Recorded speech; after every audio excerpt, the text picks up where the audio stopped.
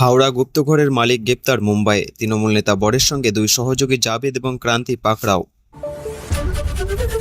প্রকাশ্যে পশু জবাই নিষিদ্ধ, রাজ্য সরকারের বিজ্ঞপ্তি বহাল রাখল হাইকোর্ট। শংসাপত্র দেওয়ার ব্যবস্থা পর্যালোচনার নির্দেশ।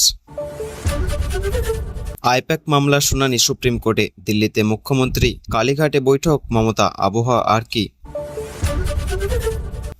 স্ত্রী অসুস্থ বলে ফেলে রেখেছেন হাসপাতালে, স্বামীকে দায়িত্ব মনে করালো হাইকোর্ট। 4.5 বছর পর বাড়ি ফিরল পুনম। এবার গ্রেপ্তার কোচবিহারে তৃণমূল কাউন্সিলর, ভোটের দিন বর্তমান স্পিকারকে অপমানের অভিযোগ।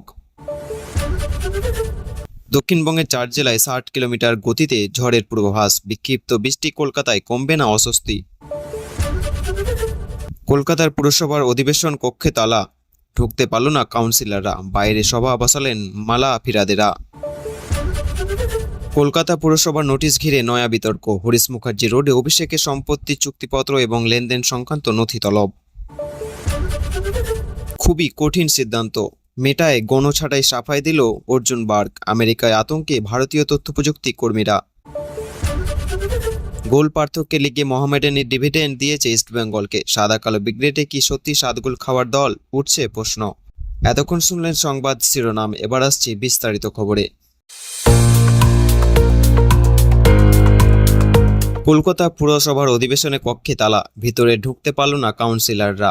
তৃণমূল সাংসদ মালা রায় পুরসভার চেয়ারপারসন, তিনি বাধ্য হয়ে অধিবেশন কক্ষের বাইরে সভা বসান।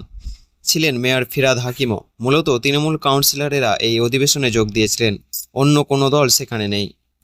কলকাতা পুরসভা অতীতে এমন ঘটনা ঘটেছে বলে কেউ মনে করতে পারছে না। শুক্রবার পুরসভার মাসিক অধিবেশন ডাকা হয়েছিল, সেই অনুযায়ী কাউন্সিলররা এসেছিলেন, কিন্তু অধিবেশন কক্ষে তারা ঢুকতে পারেননি। অভিযোগ, ঘরে তালা দেওয়া হয়েছিল। অধিবেশনের জন্য ঘরটি খুলে দেওয়ার অনুরোধ করেছিল মালা নিজে, কিন্তু তারপরেও তালা খোলা হয়নি।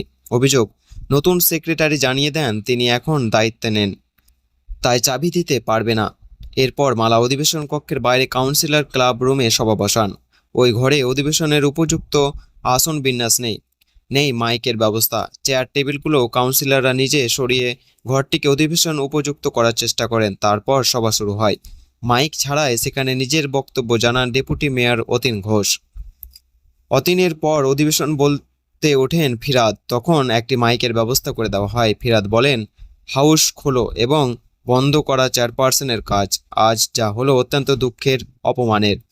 এখানে উপস্থিত সকলকে অভিনন্দন জানাচ্ছি গণতন্ত্রের লড়াই চালিয়ে যাওয়ার জন্য। এই লড়াই আমরা চালিয়ে যাব।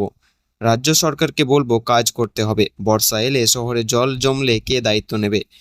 কলকাতায় কোনো বিপর্যয় হলে দায়িত্ব কে নেবে? নেতিবাচক সদস্যর নাম না মানলে সংবিধান সংকট তৈরি হবে। গণতন্ত্রের উপর কেউ নেই। ক্লাব রুমে অধিবেশন শুরুর আগে এ বিষয়ে তেমন কোনো মন্তব্য করতে রাজি হননি মালা রায়। সাংবাদিকদের প্রশ্নে সংক্ষিপ্ত উত্তর দেন তিনি। বলেন, আমি তালা খুলে দেওয়ার কথা বলে পাঠিয়েছিলাম, অধিবেশন করব।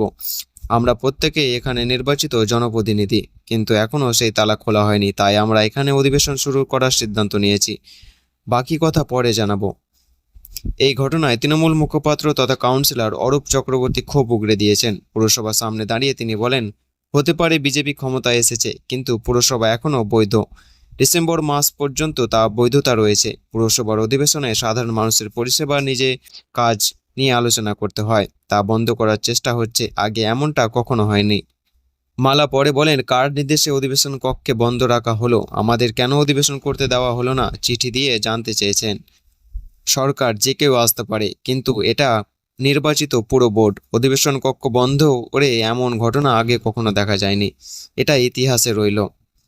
উল্লেখ্য, 2026 সালে বিধানসভা ভোটে ভরাডুবি হয়েছে তৃণমূলের। রাজ্যের একক সংখ্যা গরিষ্ঠ নিয়ে ক্ষমতায় এসেছে বিজেপি, কিন্তু রাজধানী কলকাতা এখনও তৃণমূলের দখলে রয়েছে। পুরসভায় ক্ষমতাসীন তারাই।